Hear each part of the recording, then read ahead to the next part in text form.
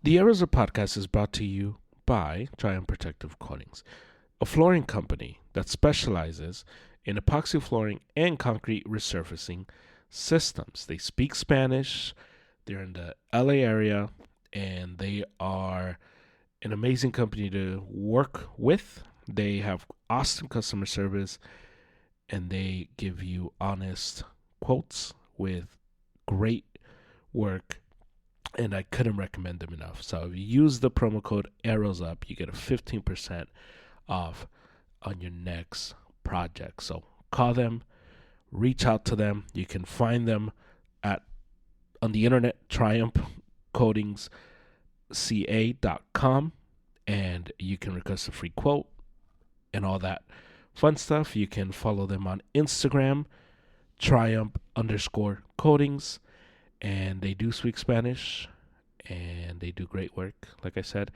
So check them out. Promo code Arrows Up, 15% off your next project. Arrows Up podcast today on this Monday edition. I'm recording this on a Monday night, and I got some basketball for you.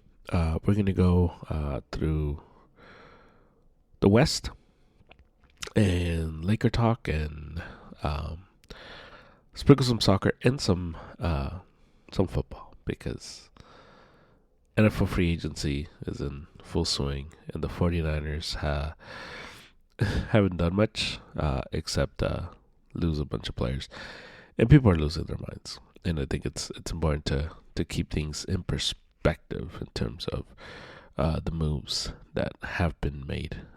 So we get into all of that today. I know I keep saying Harry's going to come on, and he is going to come on eventually. Hopefully this Sunday he comes back. But yeah, so that's a wrap. Basketball, football, and football. So that's what I have for you on this Monday night edition of the Arizona podcast. Here we go.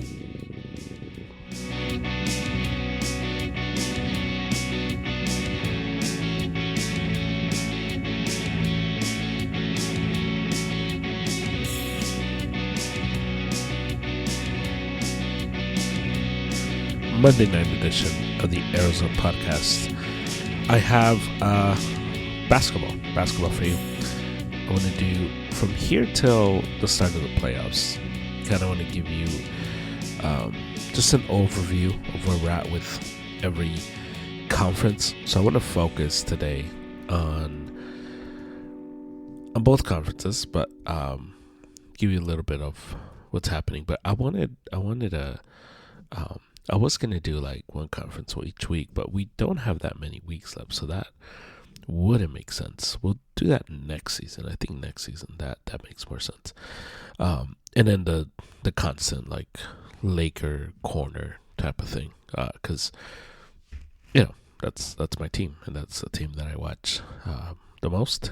That's the team I know the most about. So for as we head into the stretch run, and there's like 20 games left or so, give or take, depending on the team.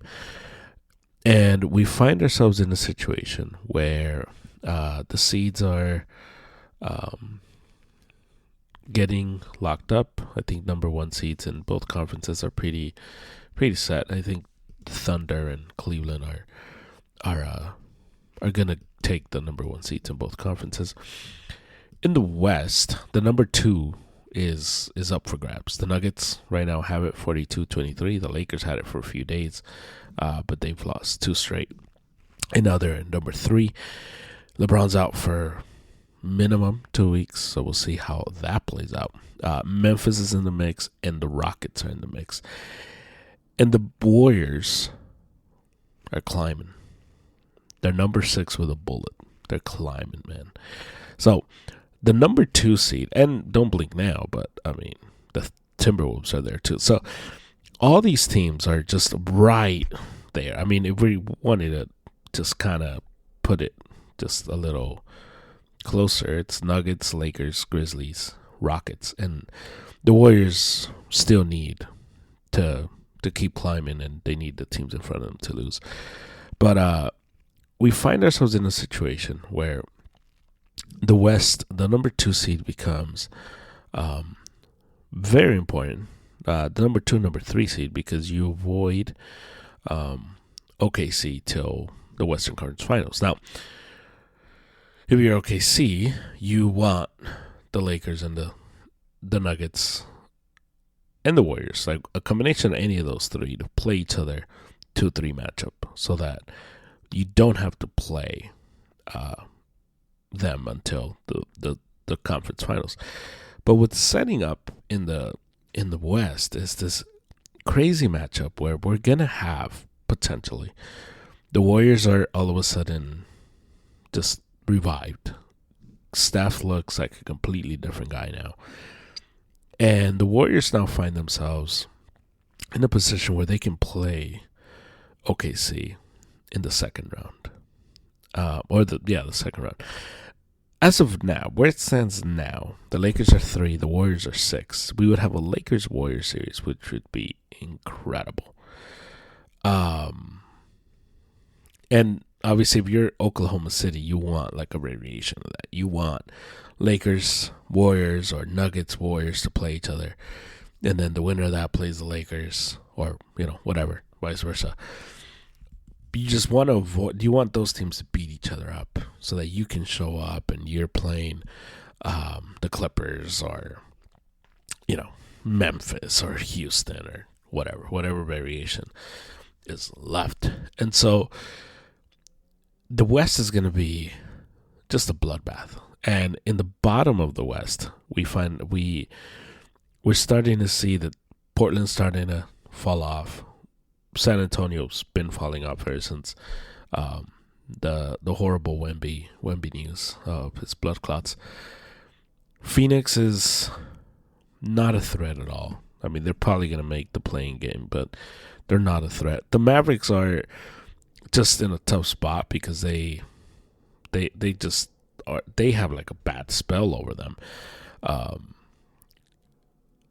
But if AD's able to come back and Lively's able to come back and they're able to get some of their guys back, they can get into playing tournament. They can maybe make a little run here or there. They've lost 5 straight. So the question then becomes, would it be worth it for them? They won today. They had lost 5 straight prior to today. They beat the Spurs today. But the question is going to become, like, is it going to be worth it for them to chase it? Would you rather just kind of see what like just rest everybody and don't put any unnecessary mileage on AD and the rest of the guys? The only problem with that mentality is they're probably going to be, they're already rumored to be in on trading for KD. Kyrie's out the rest of this season and certainly probably out till the all of next season. Maybe comes back in the playoffs. I don't know. So they find themselves in the 10th spot right now. The Kings, who are the number 9 seed, are playing just 500 ball. They're Chicago of the West, just very mediocre, just in the middle.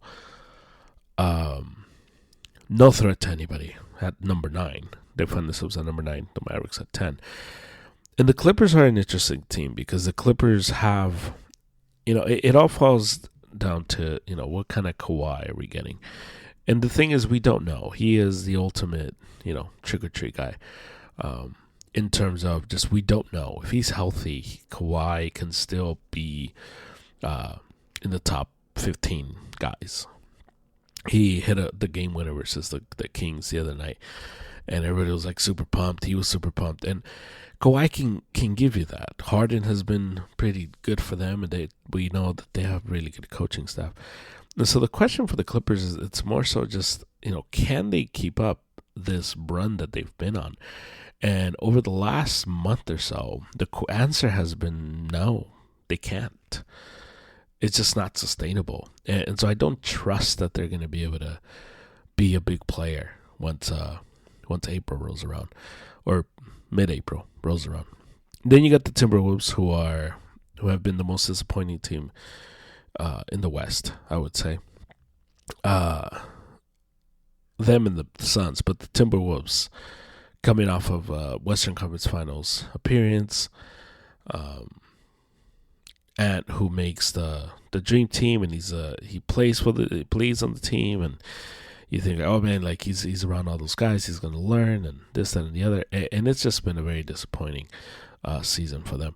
Now Ant's been pretty good, but there's just been, I think, ever since the Cat trade, I think it just threw everything and threw that whole team off. And so the Timberwolves are a team that hypothetically you would think, or theoretically, not hypothetically, theoretically you would think that this team should be able to make a run, should be able to be a team that can compete versus anybody. But they have not showed any of that during this season. And so it makes it really tough to believe in them. And in the top 6, this is where it's like so much fun. The West. You get Golden State, who's climbing. Like I said, Steph Curry has been revived. Jimmy Butler has found his basketball joy. How long is it going to last? Who knows?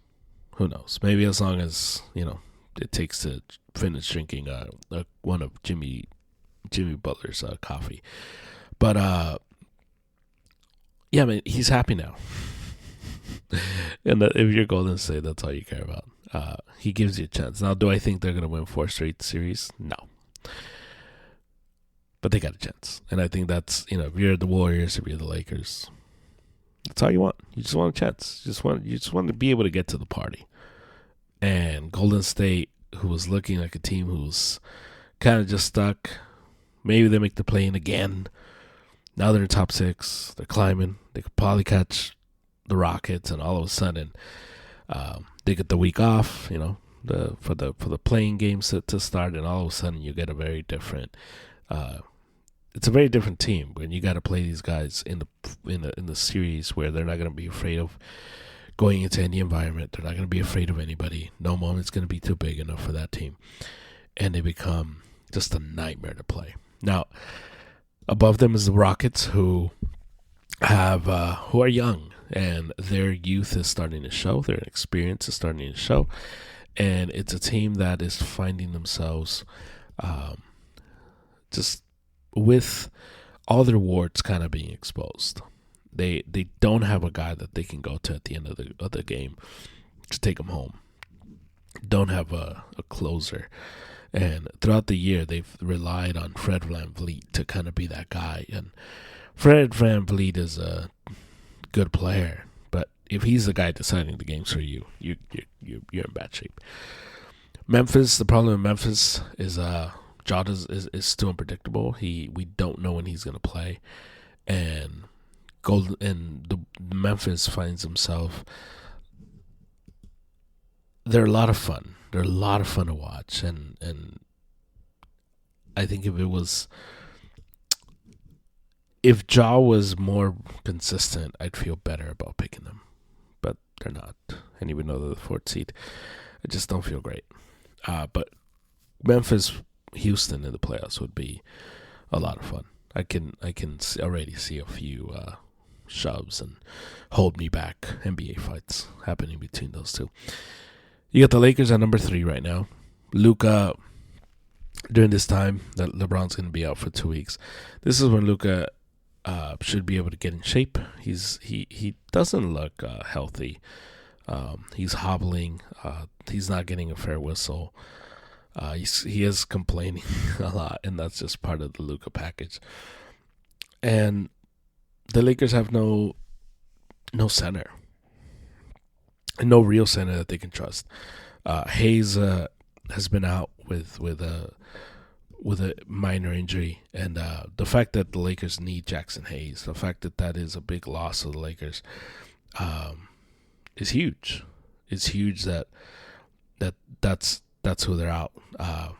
Dorian Finney-Smith was out today as well. So the Lakers were super shorthanded today, and they weren't able to beat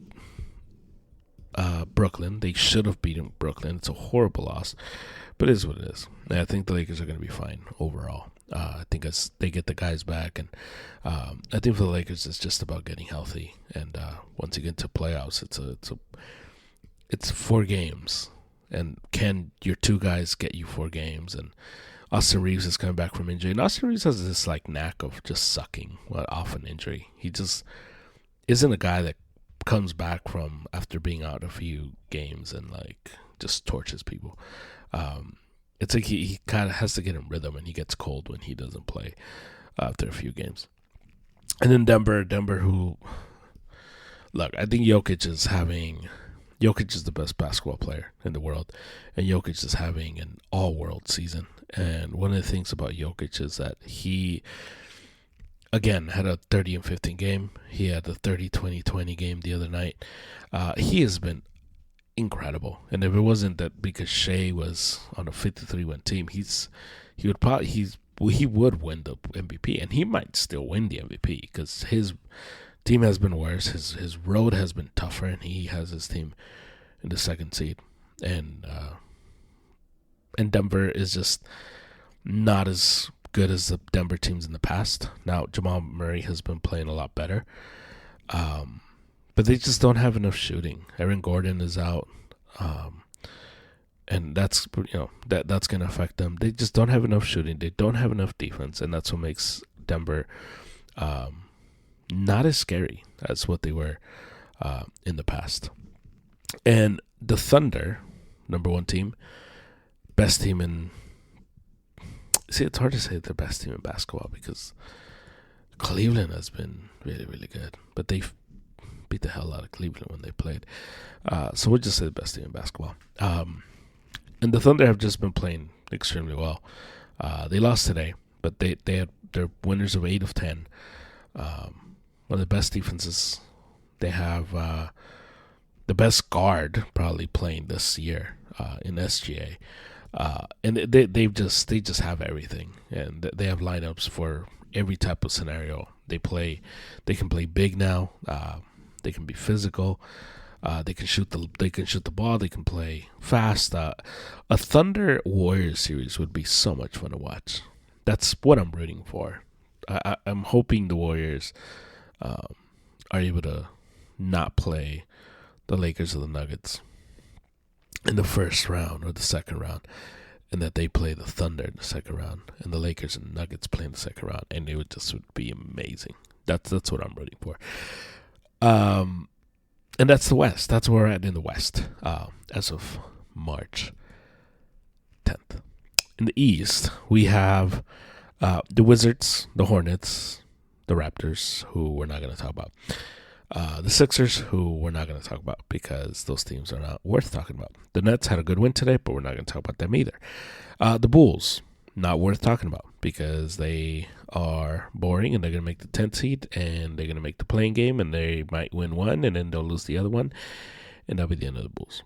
The Heat, nothing to talk about because their team is not that good. Bam Adebayo has been awful this year. He has sucked this year.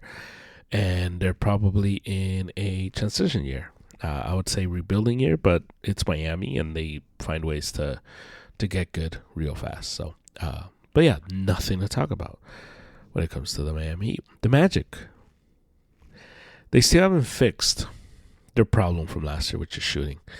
They paid KCP a lot of money, and KCP has not been up to standard, up to what we thought they were gonna get. And that's been very unfortunate because they started out the year really hot, and I thought, okay, maybe the Magic are ready to take a leap, and they're not. They're not ready to take the leap. The Hawks, the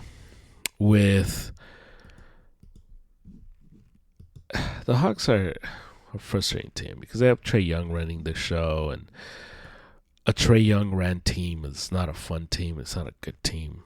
And I think Trae Young, more than anybody else that I can think of right now, is going to live off of that Eastern Conference Finals appearance more than anybody else. And it's like, man, that was such a fluky scenario that you got to the Eastern Conference Finals, man. It's not like it wasn't even. It's very fluky that you got there. but you got there. So I guess you're gonna live with it. The Pistons are a lot of fun. Cade Cunningham is breakout season in terms of just putting everything together and having the team success.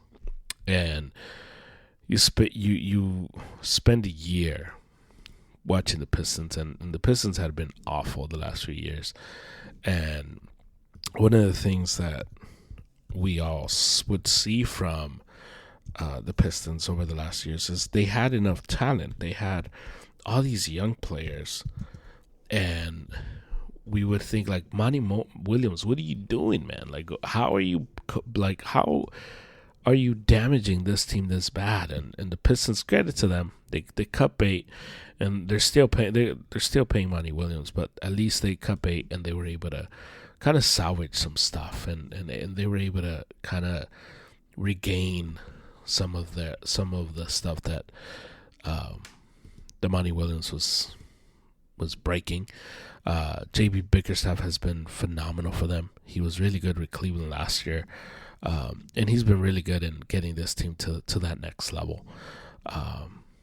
And the Pistons are going to be a lot of fun. They're going to be tough to play with. They're going to be annoying. They're going to be that annoying young team that has no pressure. They're playing with house money, and if they stay at 6, which I think they might, and they'll play the Knicks, that's going to be so much fun. That's going to be, the Knicks fans are going to like hate this Pistons team.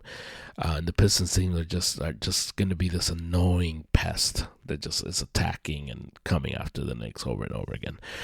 The Pacers, over the last few weeks, we've seen Tyrese Halliburton play a lot better, which is good. It's a good sign that he's played better. Now he has missed the last 3, but overall, he's been better. He's been better over the last few games, and so hopefully he's able to come back soon and be part of that team again. But Indiana, they play really fast. They have this really fun style that they play. They shoot a lot of threes.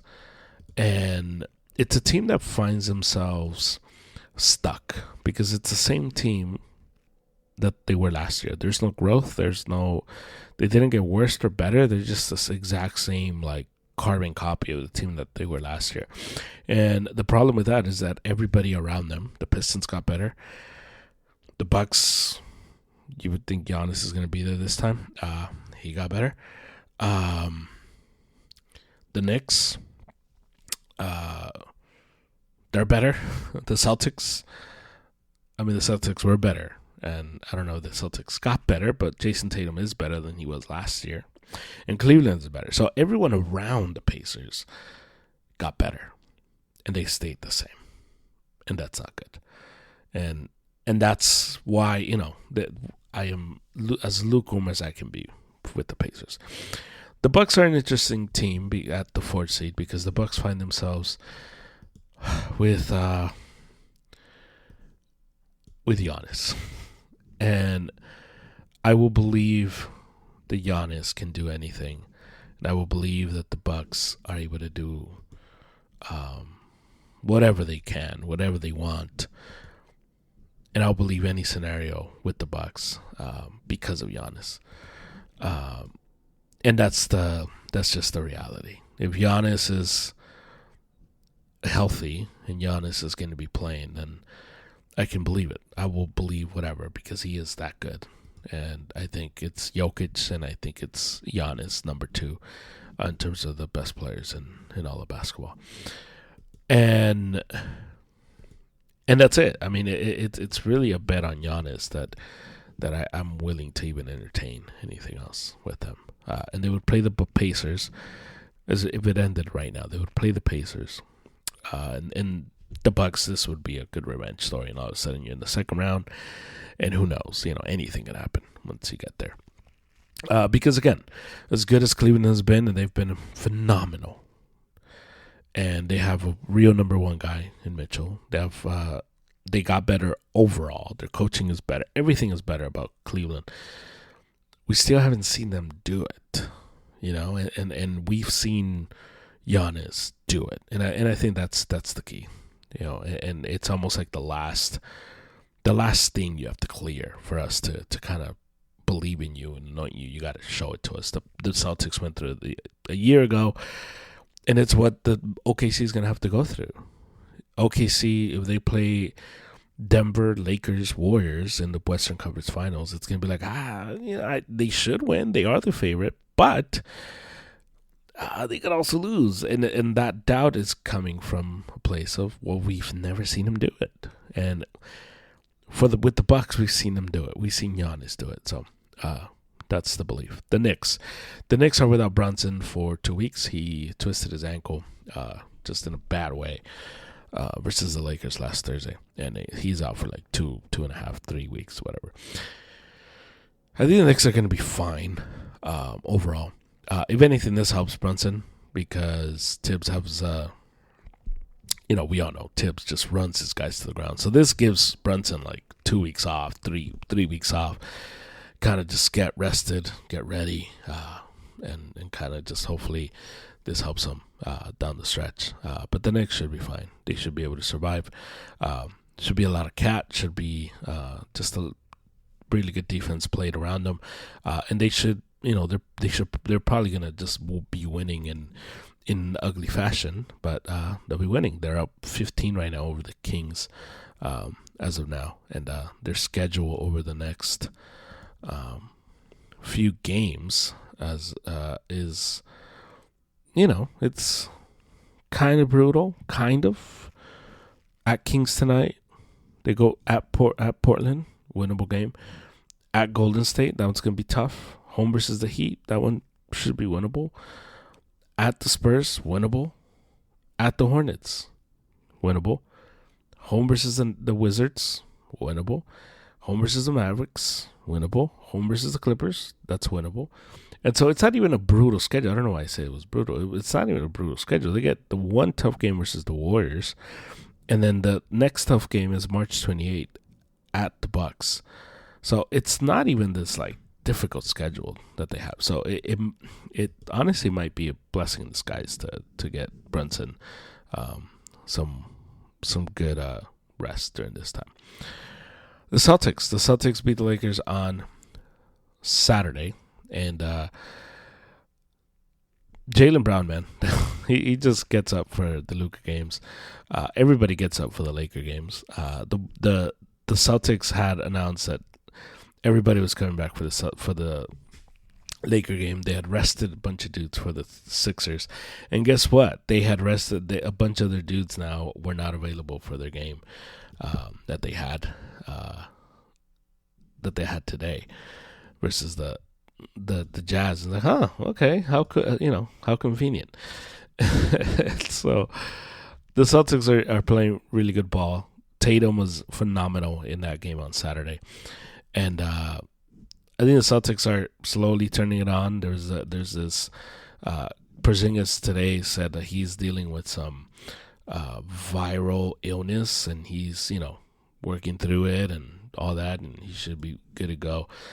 If the Celtics are healthy, and I said it on Instagram video, the Celtics are healthy, I'm gonna pick the Celtics to make it out of the East, because I think they're the best team in the East.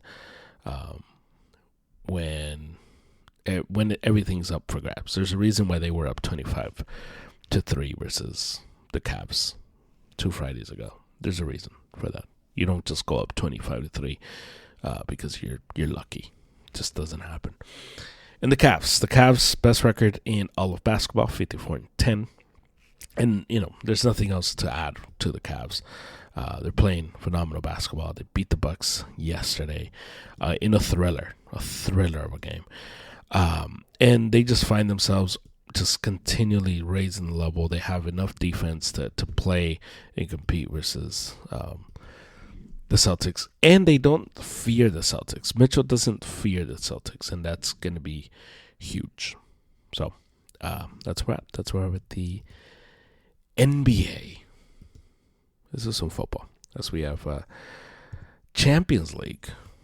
Yeah, we got some Champions League games tomorrow and on Wednesday. This is what we got. Tomorrow, Barcelona versus Benfica.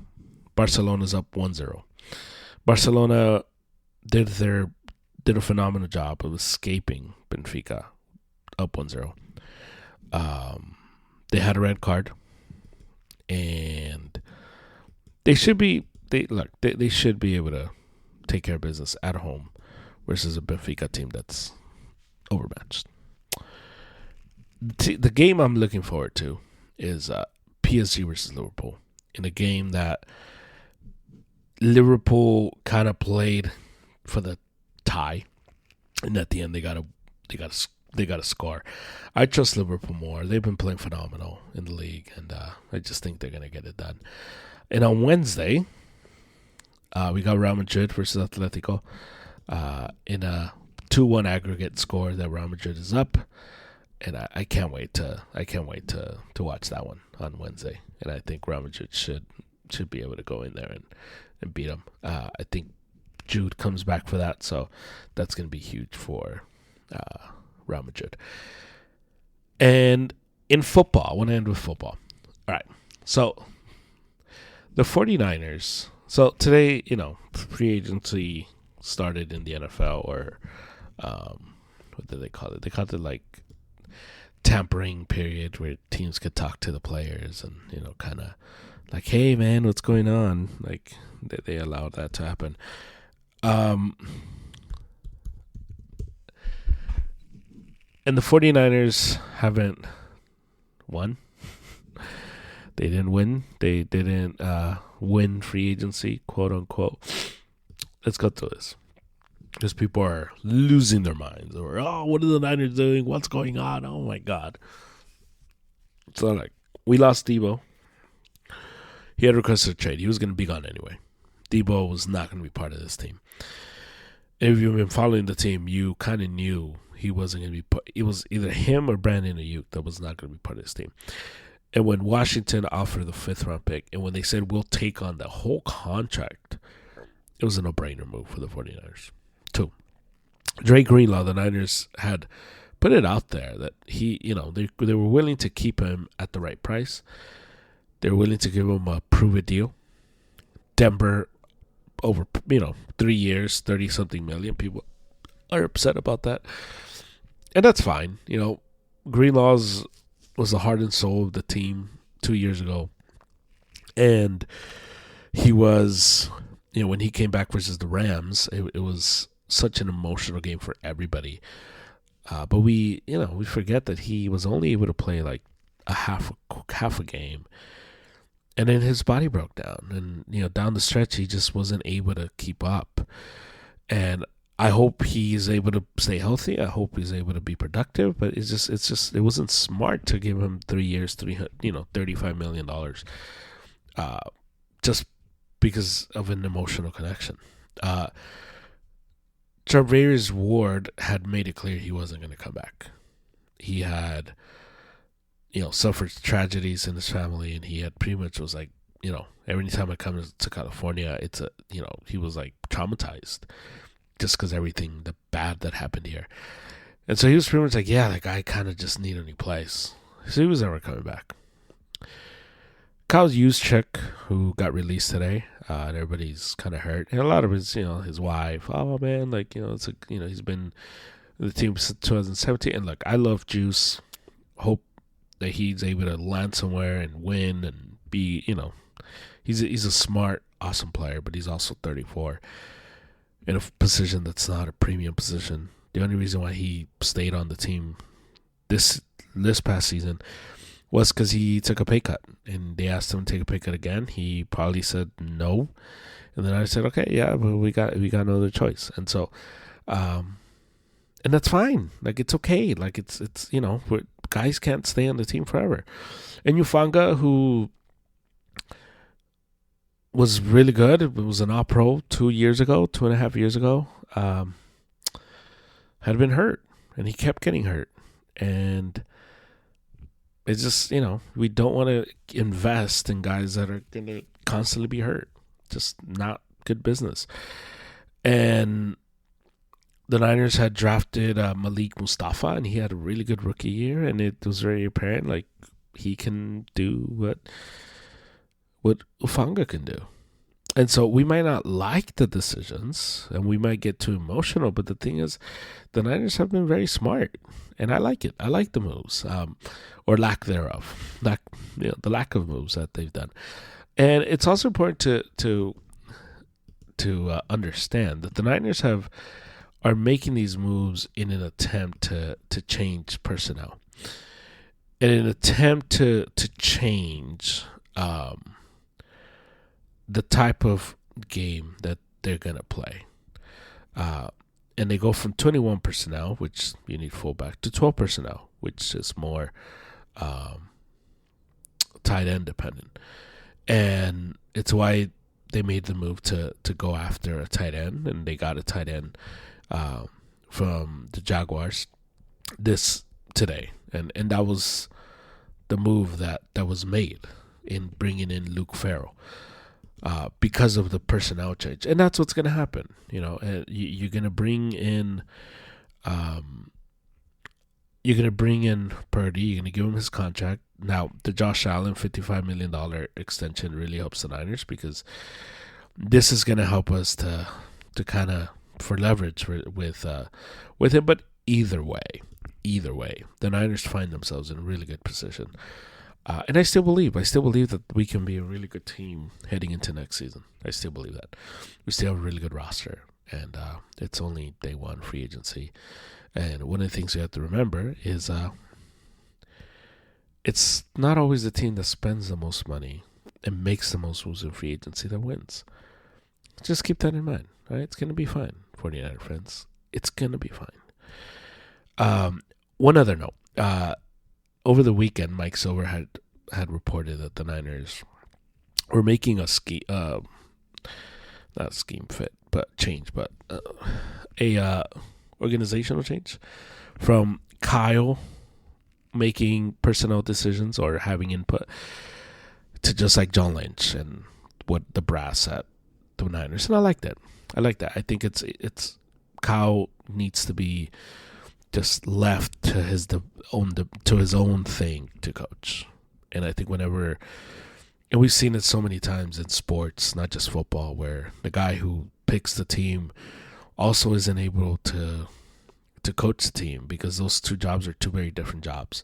Coaching requires you to develop a relationship with the guys that makes it emotional. You get attached, and it's why last year when the Niners were trying to figure things out offensively, and Debo's like, I want the ball, the Niners forced the game into Debo's hands, and Debo failed versus the Rams.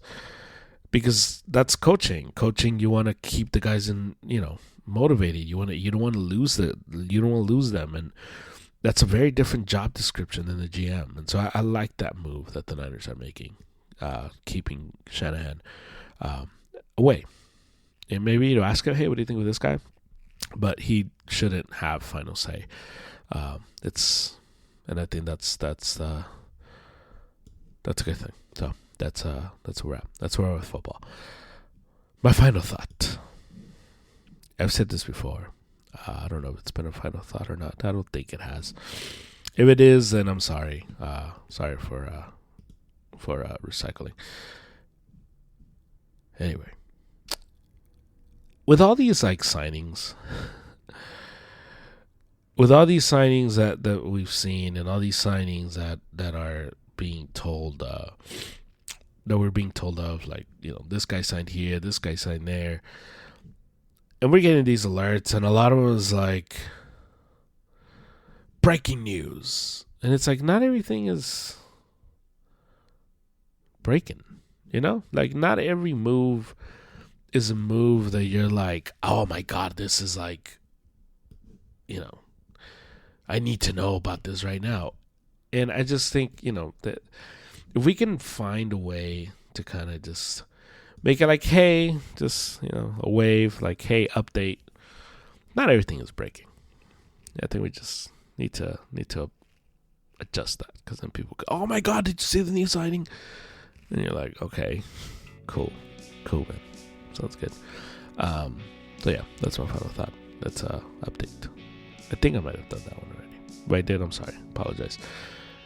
Hopefully you're enjoying hopefully you're enjoying the basketball. Baseball's around the corner, and hopefully you enjoy that too. So that's it. That's it for the pod. I'll talk to you on Wednesday. Until next time, see you later. All right, that's the pod. Thank you to Angel. Thank you to Triumph.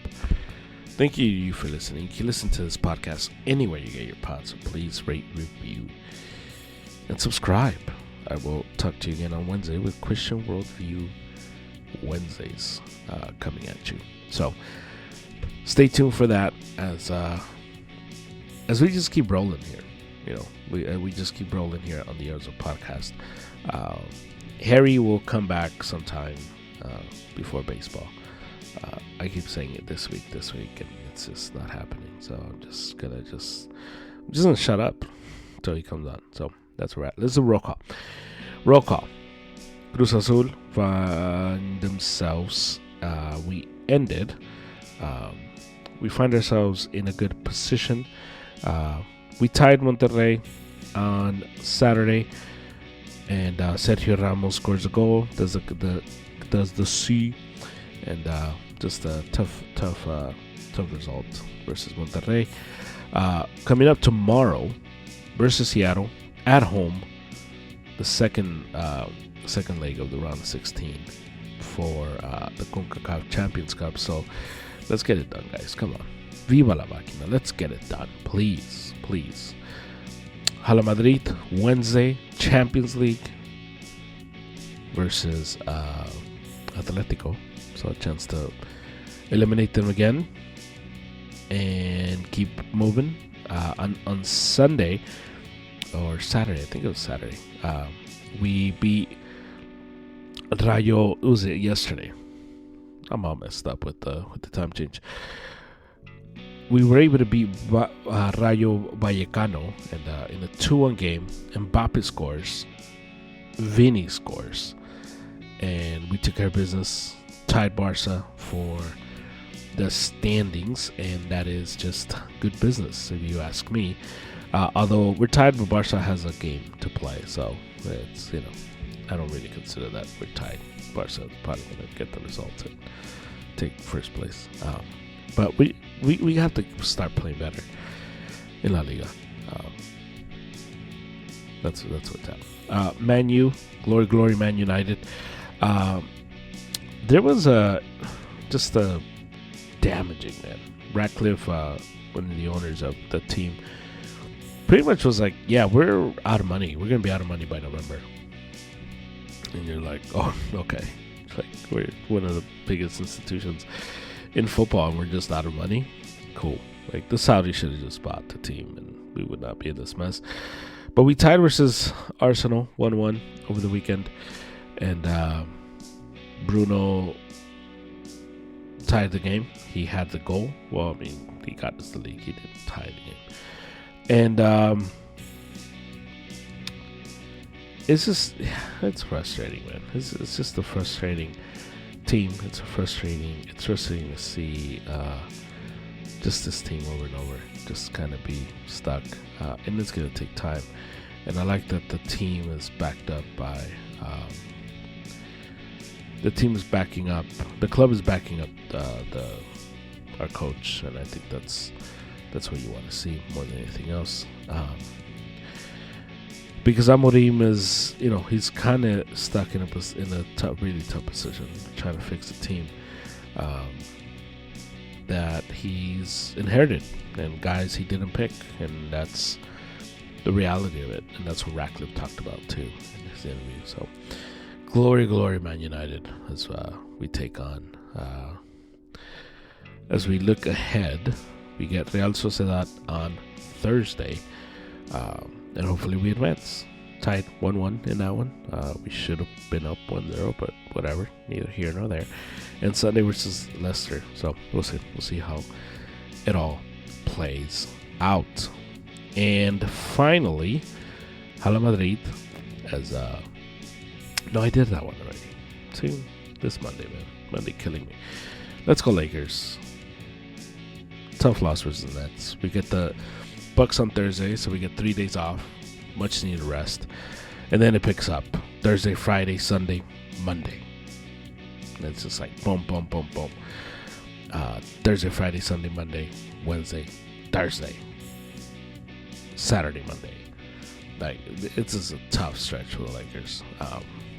At the Bucks, at the Nuggets, home versus the Suns, home versus the Spurs, home versus the Nuggets, home versus the Bucks, home versus the Bulls, at the Magic, at the Pacers, at the Bulls, at the Grizzlies, home versus the Rockets. So it's not ridiculously difficult, but it is difficult. So hopefully LeBron's able to come back. Hopefully we're able to scratch some wins, and hopefully we're able to, stay within 2-3 in the West. So that's where we're at. So a very worried to end the pod. Very worried. Let's go Lakers. The Arrows of Podcast is brought to you by Giant Protective Coatings, a flooring company that specializes in epoxy flooring and concrete resurfacing systems. They speak Spanish. They're in the LA area, and they are an amazing company to work with. They have awesome customer service, and they give you honest quotes with great work, and I couldn't recommend them enough. So if you use the promo code ARROWSUP, you get a 15% off on your next project. So call them, reach out to them. You can find them on the internet, triumphcoatingsca.com, and you can request a free quote and all that fun stuff. You can follow them on Instagram, triumph_coatings, and they do speak Spanish, and they do great work, like I said. So check them out. Promo code ARROWSUP, 15% off your next project.